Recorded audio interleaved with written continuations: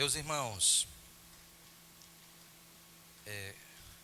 qual o grau máximo, qual o grau máximo da nossa doação? Quando a gente olha para a história de José, a gente percebe que na caminhada, enquanto ele cumpria a sua missão, ele se doava ao máximo. Essa é uma das marcas de José. A história que nós vamos terminar de contar hoje, pelo menos por enquanto. Eu gostaria que os irmãos abrissem aí no capítulo 42 de Gênesis.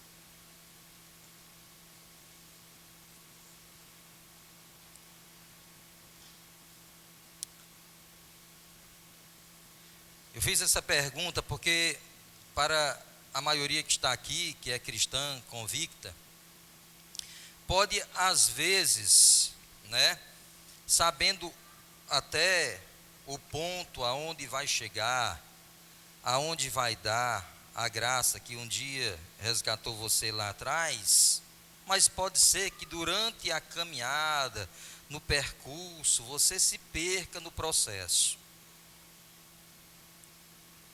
Sabendo que Deus, o que Cristo, o que Deus em Cristo fez por você, pode ser que você não permita tanto que Ele faça através de você. Então pode ser que o seu grau de doação esteja bem aquém daquele que um dia foi comprado, foi remido, foi alvejado pelo sangue de Jesus. E quando isso acontece é por causa do pecado que habita em nós, por causa do pecado que habita em nossos membros, que nos faz barrar, que neutraliza nossas forças e o nosso ímpeto espiritual, ele fica adormecido, infelizmente. Então aqui hoje na história de José, e aí nós temos que dar continuidade, eu não vou mais contar retroativamente aqui, o que passou, mas a partir da frente, porque nós temos hoje uma caminhada boa. Espero que não seja enfadonho para os irmãos, estejam aí bem acordados e que a história não somente seja interessante, mas sobretudo seja um aprendizado para a sua vida, para as nossas, para a minha vida tem sido. No capítulo 42, vou contar aqui um resumo, não vou ler o capítulo, porque hoje nós vamos ler do 42 a 45. A fome chegou, sabe aquela fome, aquela seca, a miséria que José previu quando ele interpretou o sonho de Faraó, as 7 vacas magras, as 7 vacas gordas, as magras devoravam as gordas, continuavam magras, as 7 espigas mirradas e as 7 espigas boas, as espigas magras devoravam as boas, continuavam mirradas, enfim, chegou aqui a fome, e a fome ela chegou na terra toda. Só que aí Jacó, pai de José, que pensava que José estava morto, porque os irmãos tinham inventado essa mentira para ele, soube que no Egito tinha fartura, e que tinha lá um governador, um primeiro-ministro, fazendo prodígios. E aí ele chama a moçada, os irmãos, só gente boa, os irmãos de José, e eles enviam, ou ele, aliás, Jacó, envia os seus filhos, menos Benjamim, irmão legítimo de José, porque passou a ser o queridinho do papai, depois que José, entre aspas, falecera, e manda os outros 10, e enfim, eles vão até o Egito, caminham pelo deserto, e aí chegam lá no Egito para comprar mantimento, para comprar alimento. E aí chega o versículo 6, coincide, não existe coincidência, existe propósito de Deus por trás de todas as coisas. E E aí eles chegam enfileirados para comprar mantimento exatamente no momento em que José estava. Se você olhar para o versículo 6 do capítulo 42, está dito assim: José era governador daquela terra, era ele quem vendia a todos os povos da terra, e os irmãos de José vieram e se prostraram rosto em terra perante ele. Aqui já se cumpriu um dos sonhos, né? Eu sonhei, como era lá o sonho, lá no capítulo 37, eu sonhei com 11 feixes, né? E os seus feixes se prostravam diante do meu. José se lembra, no verso 7, José vai falar a eles asperamente, e aí pergunta de onde é que eles vêm, e é exatamente aí quando José se lembra do sonho que ele tivera lá na casa de seu pai, né? Os feixes se inclinavam perante do dele. Também tem o sonho do sol, a lua e 11 estrelas, né? E ele estava no meio. A seguir, no versículo 9, José ele lança aí um teste. Ele lança um teste para os irmãos. Eu acho interessante aqui essa passagem, porque José quer pregar uma peça nos irmãos.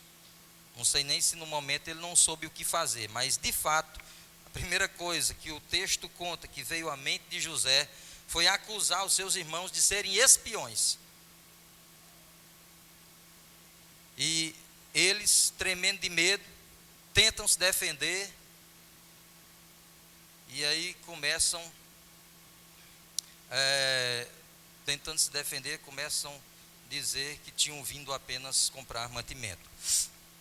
José insiste, e eles, cheios de pavor, começam a descrever quem são eles, de onde eles vieram, falam do pai, falam do irmão mais novo. Aí eles pecaram, olha, falaram do irmão mais novo, né, para José, ou seja, um irmão que havia ficado lá com o pai, que era Benjamim, mas aí não adianta, José continua de propósito acusando eles de serem espiões, e aí lança uma exigência.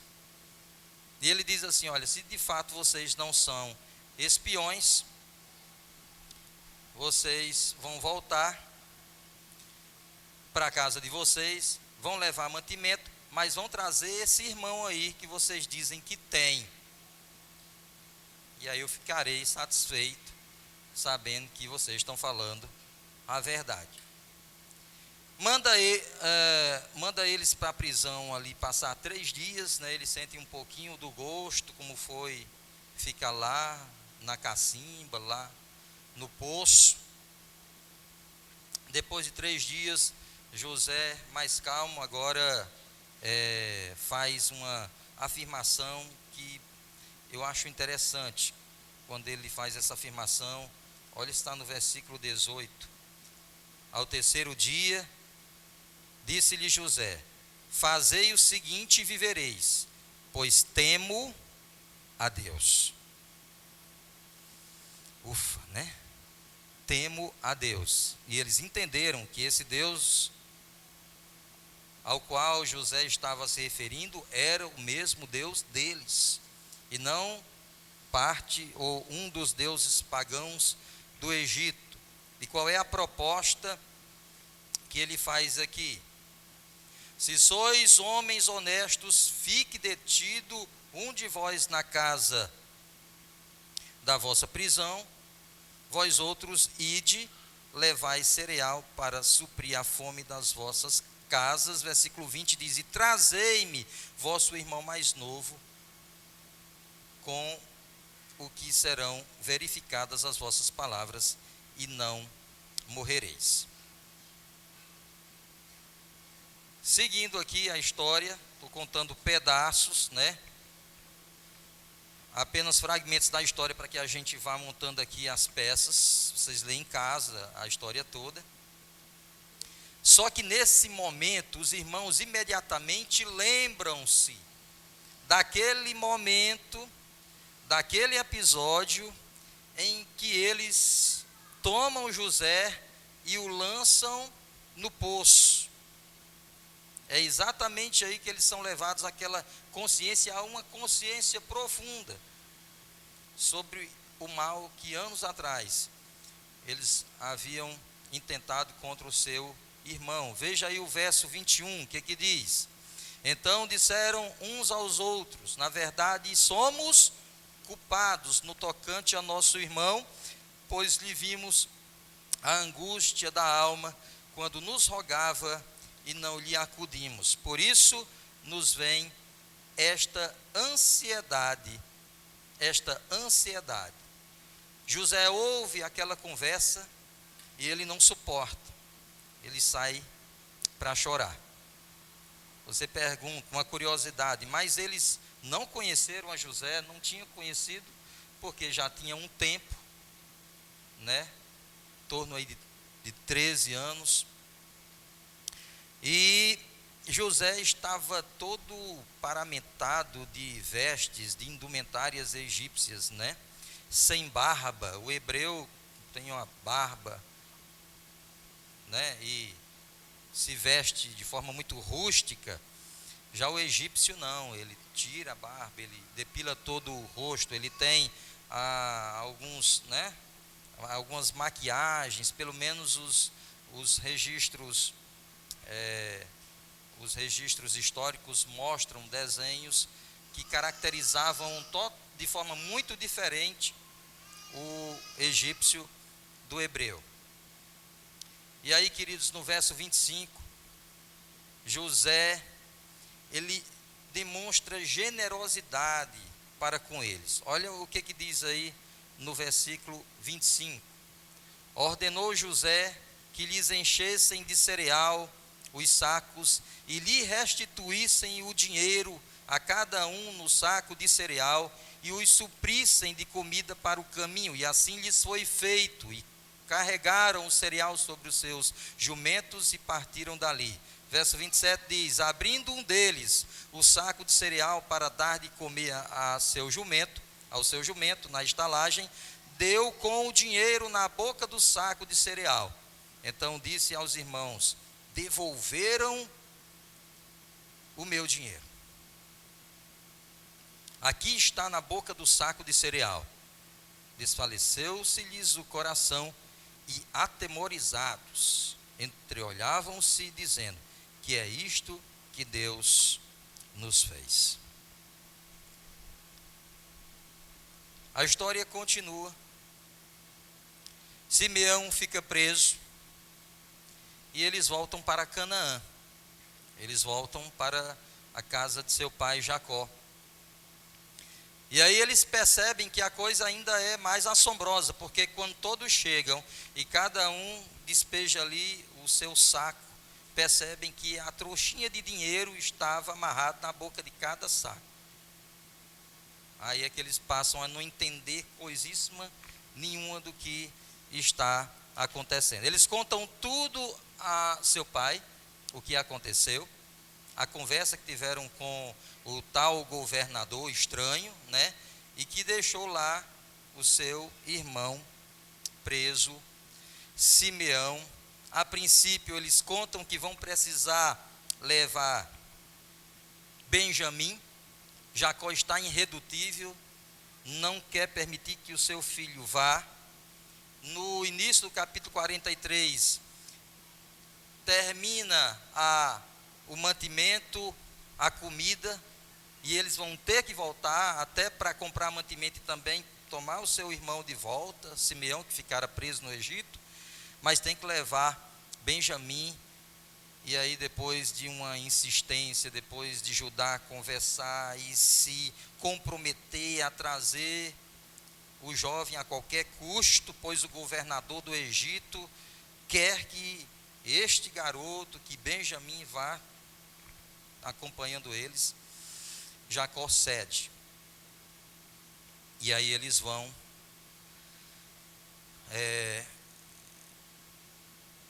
em busca do do Egito. Queridos, o que é que nós podemos aprender até aqui? Nós podemos aprender que arrependimento verdadeiro gera misericórdia com generosidade. Entre muitos aprendizados que nós podemos ver nesse texto, nessa história, eu queria me deter um pouquinho com os irmãos a meditarmos naquilo que é notado aqui no texto. Veja que José, ao perceber, ao ver a aflição dos seus irmãos,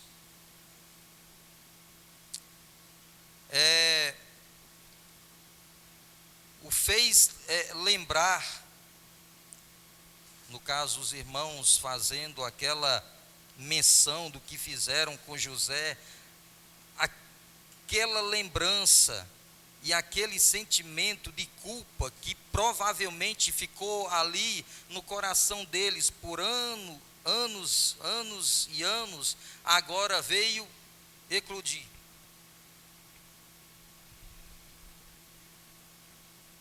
E agora, todo o mal que eles fizeram, a agonia que eles fizeram seu irmão sofrer, a forma impiedosa pela qual ele tratou os seus irmãos agora vem à tona. Provavelmente, isso pode acontecer até com você, até comigo, quando nós fazemos o mal a uma pessoa e queremos encontrar uma justificativa, uma desculpa para tirar de sobre nós a culpa daquele mal que nós praticamos, daquela ofensa que a gente fez a outra pessoa. É muito provável que eles tenham pensado durante todos esses anos, não, mas José mereceu, porque queria ser o bonzão, né? Queria ser o melhor, se achava mais merecedor do que nós, se achava melhor do que a gente, ou talvez jogando a culpa no pai, mas também papai deu preferência exagerada a José, só falava de José, se comprava uma roupa era para José, José era o filhinho do papai, então papai é o culpado, ou José é o culpado, e atribui responsabilidades e culpa a outros. Eu não estou falando que aconteceu nesse contexto, estou falando que é uma realidade que pode ter acontecido, como também já deve ter acontecido com algum de nós, querendo nos desculpar dos nossos erros para com as outras pessoas, colocando a culpa nos defeitos delas.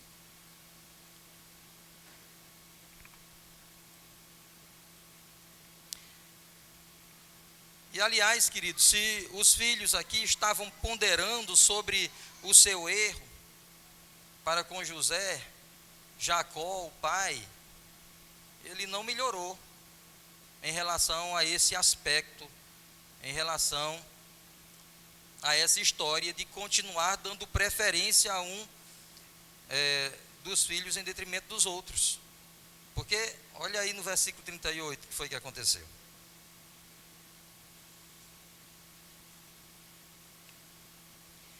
Ele continua com esse negócio, e agora muito mais apegado ao outro, porque foi o único que sobrou de Raquel. Era José, José agora para Jacó estava morto, só sobrara Benjamim. Aí você chega aqui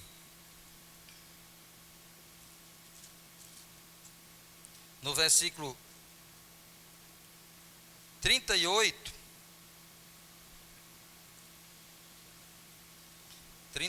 por aí.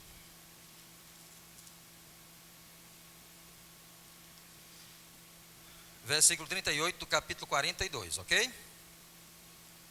Ele, porém, disse: meu filho não descerá convosco. Meu filho, olha, meu filho não descerá convosco. O que foi para os outros ouvir ele dizer meu filho? Os outros não eram filhos? E aí ele continua: meu filho não descerá convosco, seu irmão é morto. E ele ficou só. Mas como os meninos, os rapazes, os demais, estavam passando por esse processo de transformação, estavam meditando muito, não foram fazer questão dele ter dito essa palavra. Pelo menos o texto não cita. Mas veja só, querido, se fosse você na pele de um deles, eles não eram fáceis, mas ouvir uma palavra dessa, seu irmão é morto e ele ficou só. Ei pai, estou aqui, eu sou seu filho também. Né? Ele ficou só.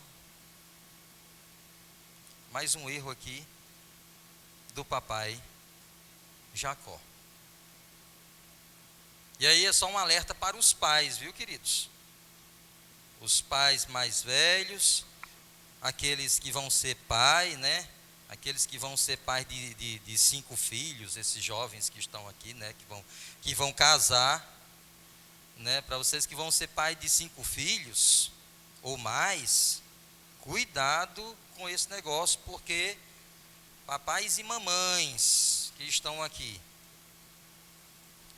não é obrigado a ter também 5 filhos, pode ser até 2. Cuidado para você não gerar um ambiente hostil dentro da sua casa. Cuidado para você não gerar um ambiente entre eles de intriga, de inveja, por causa da sua falta de equilíbrio na oferta do amor, na oferta da atenção, de um em detrimento dos outros. Precisa ter muita sabedoria em relação a essa questão. Porém, vamos aqui nos deter sobre essa verdade, né? Do arrependimento verdadeiro gerar misericórdia e generosidade. E aí eu pergunto aos irmãos que estão aqui: quando a vida, eu não vou dizer nem Deus, queridos, porque você sabe que de fato é Deus que proporciona determinadas situações, mas eu vou falar da vida mesmo para tranquilizar mais a sua resposta. Quando a vida coloca você frente a frente com quem te magoou, e com quem te magoou gravemente, como foi esse caso. Quando a vida te coloca de frente a frente com quem te magoou gravemente no passado, como é que você reage? Você já passou por uma experiência dessa?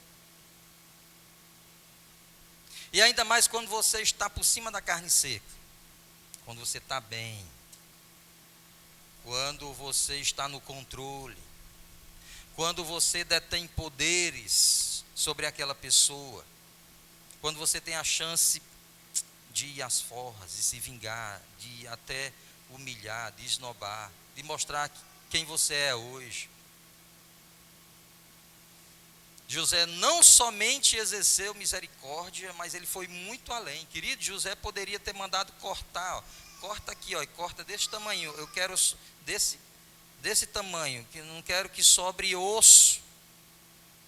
Eu quero que ele, não, assim, morrer enforcado não. Pode ser, não sei, a guilhotina não tinha sido ainda inventada, mas deveria ter algum outro tipo de navalha, né? Deveria ter métodos de morte assim mais lenta, mais dolorosa.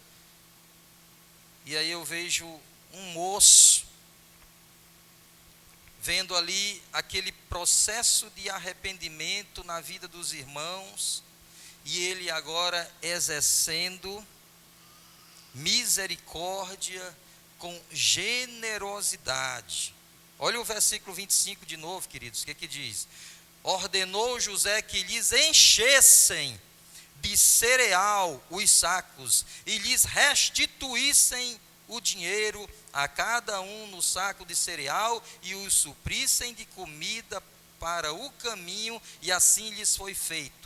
E carregaram o cereal sobre os seus jumentos e partiram dali. Aí você vai ver lá no versículo 35, aconteceu que, despejando ele os sacos de cereal, eis que cada um tinha a sua trouxinha de dinheiro no saco de cereal, e viram as trouxinhas com o dinheiro, eles e seu pai, e temeram. Então atenção, queridos, quando você se encontrar numa situação de vantagem, contra alguém que lhe causou feridas, que lhe causou males no passado, lembre-se que você já errou, e possivelmente você já errou feio, não somente com o seu próximo, mas errou contra Deus. Nunca se esqueça disso. No entanto, Deus, Ele é rico em misericórdia, e ofereceu muito mais do que um saco de comida com dinheiro na boca. Ele ofereceu a vida eterna em Cristo Jesus. Abram em Efésios capítulo 2, porque é exatamente isso que está lá.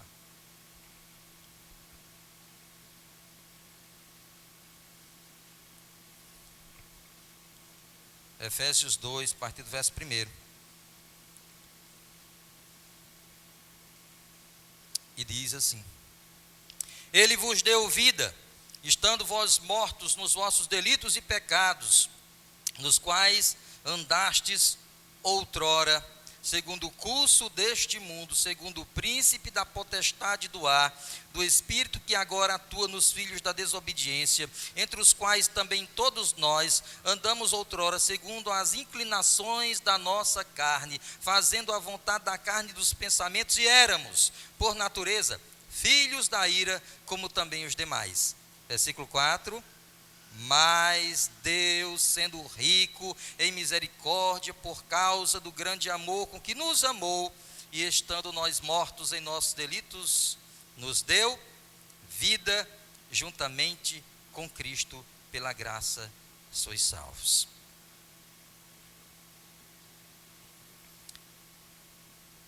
Então, veja como é que você vai agir na próxima vez que você encontrar com alguém que no passado mexeu nas suas feridas, ou abriu chagas no seu coração, e o trate segundo a misericórdia, e não somente com misericórdia, mas com misericórdia e generosidade, porque foi dessa forma que Deus, apesar de nós não merecermos, nos tratou pela sua compaixão para conosco. E aí, amados, após consumirem tudo, eles voltaram ao Egito, segunda vez, voltaram agora ao Egito, desta vez levando presentes, levando comidas especiais, e também o Benjamim, o irmão de José e o filho tão querido do papai. E aí os serviçais de José recebem eles, e aí a essa altura eles já também não estão mais entendendo nada, estão atordoados, estão assustados, porque José agora manda oferecer um banquete, manda oferecer um almoço para eles. E aí eles ainda não reconheceram a José, que está vestido como egípcio, na ceia, recebe eles em casa, e ali ele tem um novo reencontro com seus irmãos, e agora o encontro com o seu irmão mais novo. Como está na pele de José e ver o seu irmão agora, seu irmão legítimo, Benjamim. Haja coração, irmãos? A gente lê uma história dessa. A história de José é um misto de emoções. Para mim, depois da passagem da crucificação de Cristo, daquelas últimas horas de Jesus antes da crucificação até o Calvário, para mim, depois daquela história, a mais emocionante é essa de José. E aí é um misto, de coisas que vão acontecendo assim, de choro, e às vezes dá até vontade de rir das coincidências das coisas que acontecem aqui nessa história. José não suporta ver seu irmão, e ele sai da presença dos seus irmãos para chorar. Ele não aguenta de emoção. Depois ele lava o rosto, e ele retorna, se assenta com eles, e comemora, e se alegra.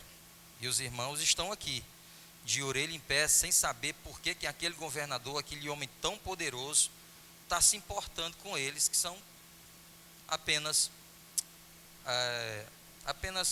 pastores de ovelhas.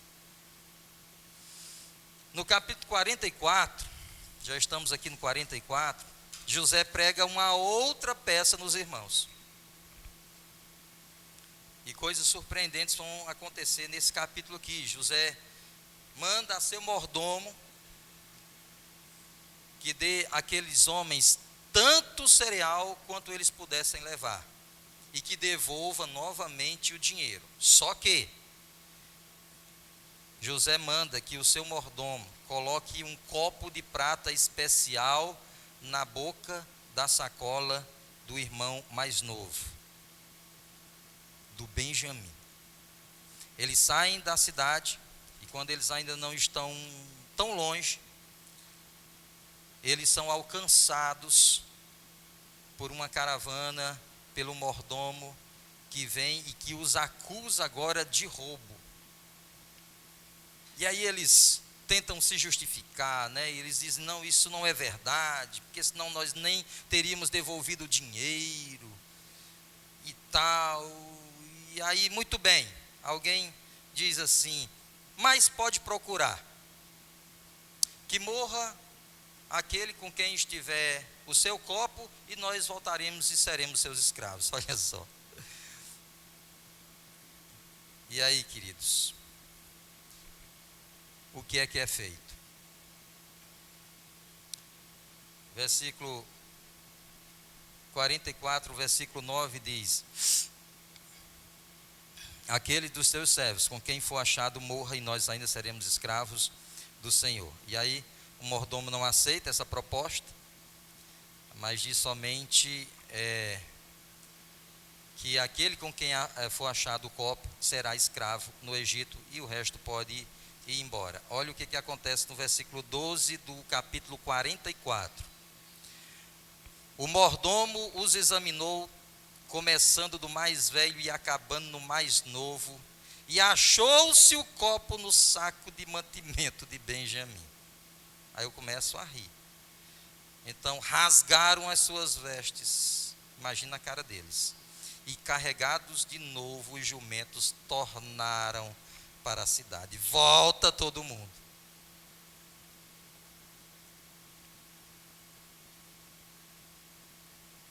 E agora? Se deu vontade de matar José porque sonhava, você imagine a vontade que não deu de fazer com Benjamim, porque era ladrão, né?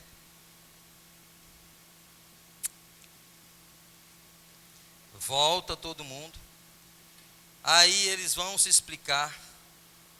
Depois aí de uma longa conversa, de muitas explicações, Judá, um deles, dá justificativas, faz súplicas, pede misericórdia, passa a contar uma breve história da família, falando sobre a tristeza que seu pai teria se por acaso eles voltassem sem um filho mais novo, contando que o irmão dele havia morrido, mas também não falam como foi que isso aconteceu.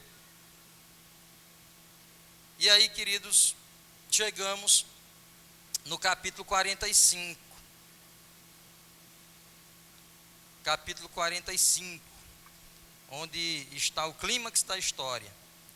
E aí eu gostaria de ler esse capítulo só do versículo 1 ao versículo 15, e eu gostaria que você acompanhasse comigo aí na sua Bíblia.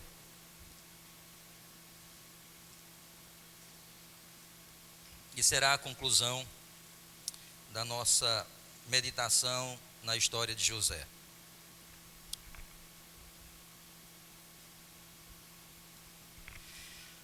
Então José estava na presença dos irmãos, não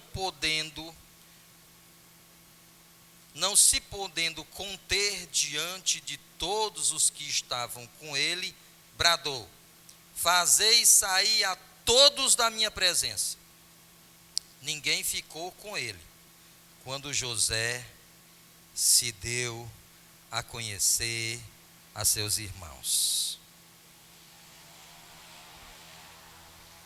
e levantou a voz em choro, de maneira que os egípcios o ouviam, e também a casa de Faraó, e disse a seus irmãos: eu sou José. Vive ainda meu pai? E seus irmãos não lhe puderam responder, porque ficaram atemorizados perante ele. O gato comeu a língua.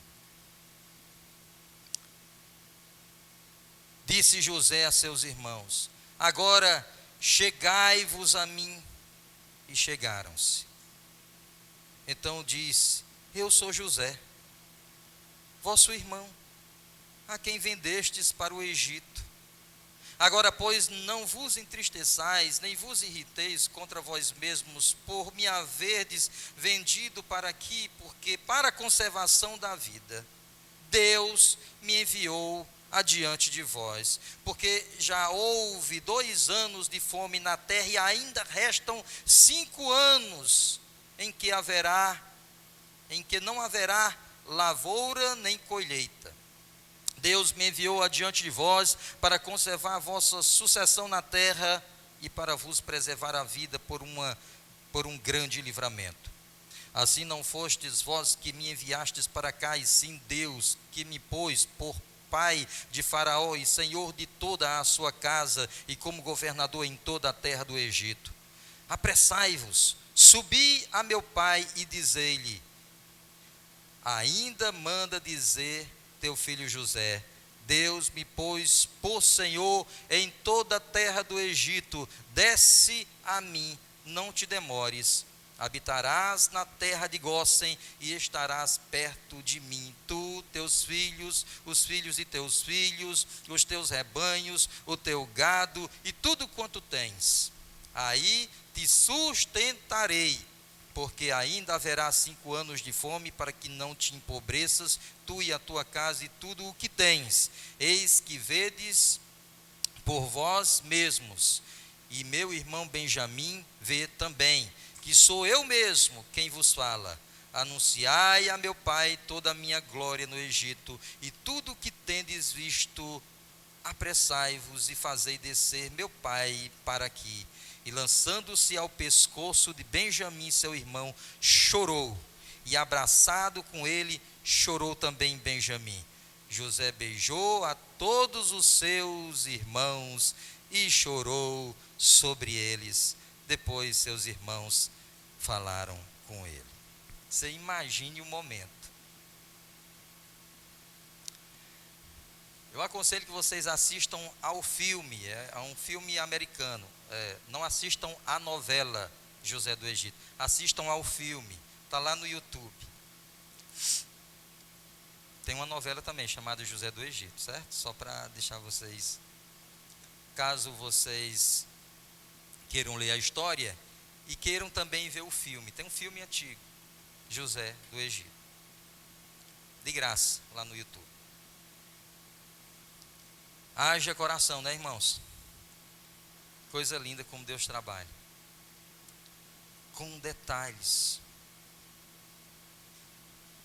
Achegai-vos a mim, e essa parte, essa última aqui, que ele, abraçado com seus irmãos, chorou. Ele, José, beijou a todos os seus irmãos. Ele compreendeu o que aqui, amados? A soberania de Deus. Não fostes vós que intentastes contra mim, mas foi Deus que me mandou primeiro. É claro que a responsabilidade de vocês são ruim. Se fosse eu, teria dito isso. Vocês não prestam. Mas olha, Deus estava usando vocês.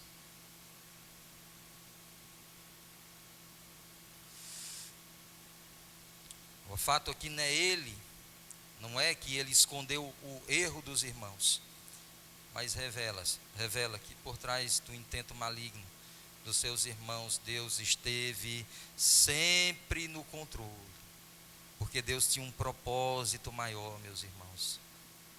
Olha para a sua vida.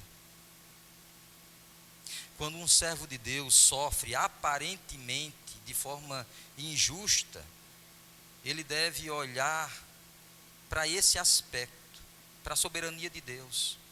Olha também para a história desse moço que sofreu com resignação.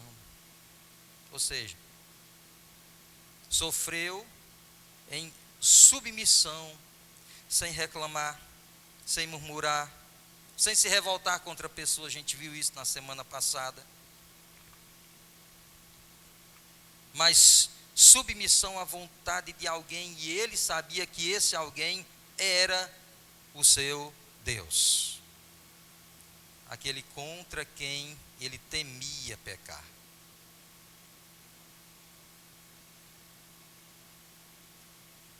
E aí foi por compreender, queridos, o que estava por trás de tudo, que José chama os seus irmãos para perto. Chegai-vos.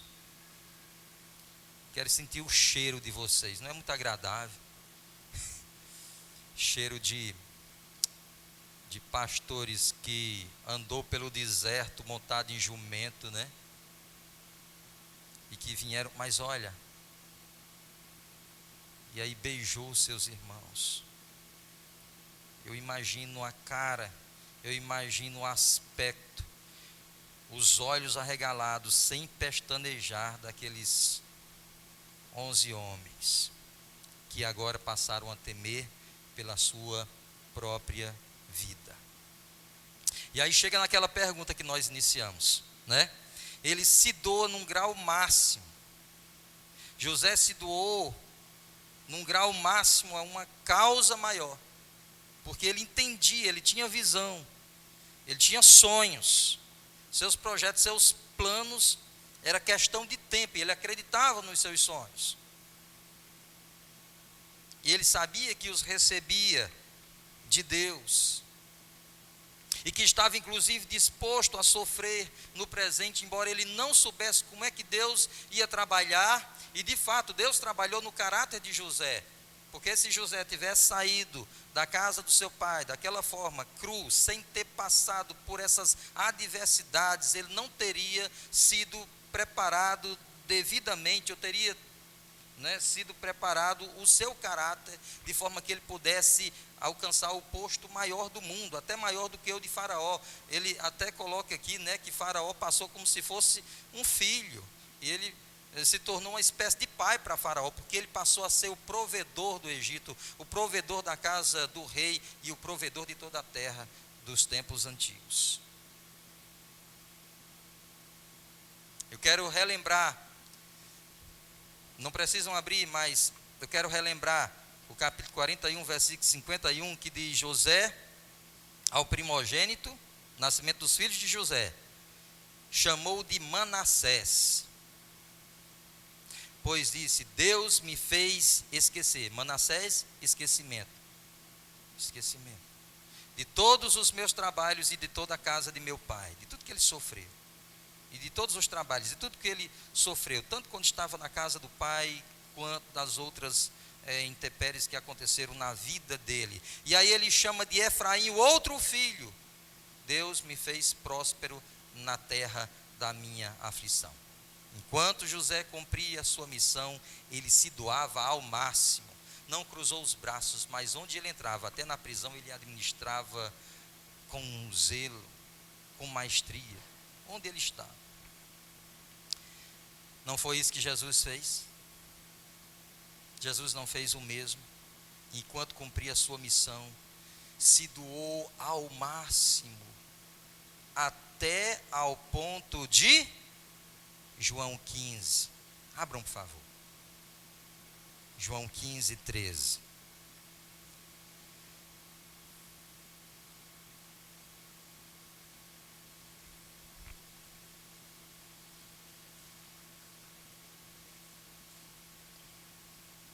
João 15, 13.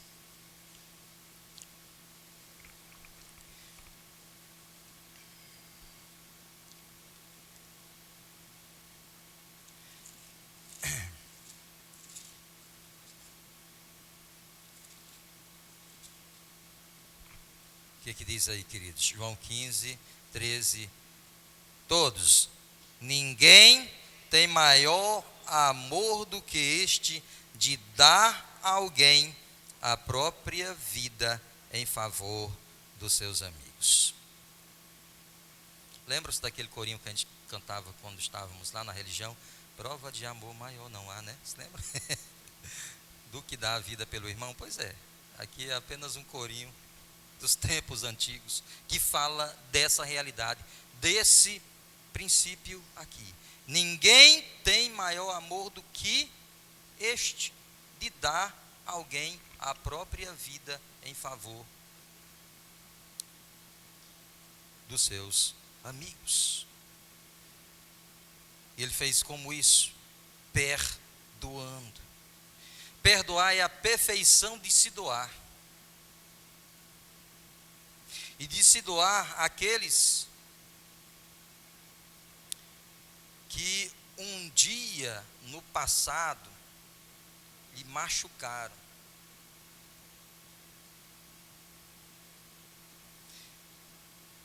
E perdoar é a perfeição de se doar, porque entende que Deus está no curso da história, que não perde tempo guardando mágoa, alimentando rancor, envenenando o coração, tornando a sua alma amarga em relação a determinadas pessoas que podem ter deixado marcas negativas na sua história. Eu ouvi recentemente, queridos, e até vi recentemente num vídeo, num especial de Natal, sobre quando as coisas estão no limite máximo, elas ganham um prefixo PER, P-E-R. Uma coisa ela pode estar feita, mas ela pode se tornar perfeita. Ganhou o prefixo, né? Essas coisas quando elas estão no grau máximo. Você pode seguir, mas você também pode perseguir. Você pode chegar, mas melhor do que chegar, você pode permanecer. Você pode fazer, mas se não ficar bem feito, você pode perfazer. E quando se trata de amar, né? Vamos repetir aqui o texto. Ninguém tem maior amor do que este, de dar a alguém a vida em favor dos seus amigos. Quando se trata de amar, queridos, e de amar com perfeição, tendo em vista que o amor é o oposto do egoísmo. No egoísmo você recebe, mas no amor você doa. Porém, se você quiser doar em grau máximo, você perdoa.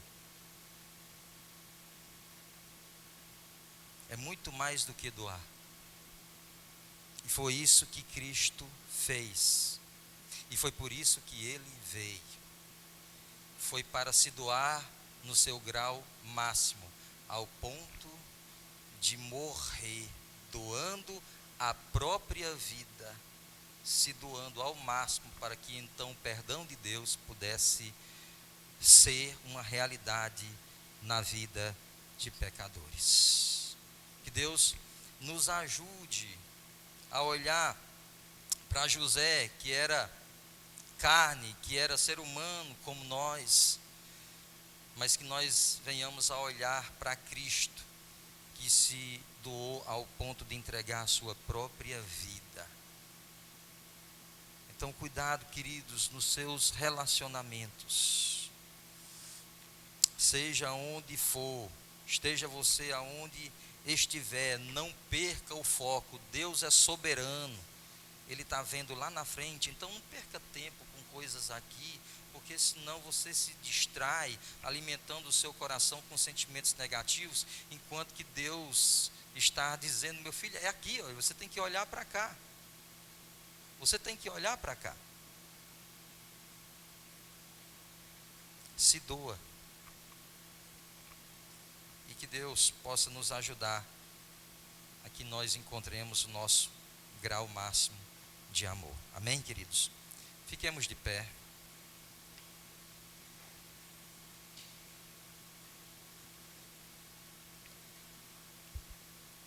Senhor nosso Deus e Pai, em Cristo Jesus, quero agradecer, porque um dia o Senhor levantou um homem de carne e osso, para que através dele nos contasse uma história tão significativa, não só bonita, não só emocionante, mas que pudesse criar raiz no nosso coração, a fim de produzir, meu Deus, glória para si e também edificação para nós. Que o Senhor, ó Deus, que entregou o seu Filho e que se doou de forma máxima, entregando a própria vida para o perdão dos nossos pecados, possa encontrar também, ó Deus, em nosso coração uma disposição para nos doar o máximo em amor dos nossos irmãos, a fim de que nós venhamos perdoar, que nós venhamos avançar no projeto que o Senhor tem para cada um de nós. Abençoa os irmãos aqui presentes, aqueles que estão ou que estarão ouvindo ou vendo, meu Deus, essa mensagem, que tu possas, com teu Santo Espírito, trabalhar no coração de cada um. A ti, o Senhor da glória, nós reverenciamos e te agradecemos. Amém.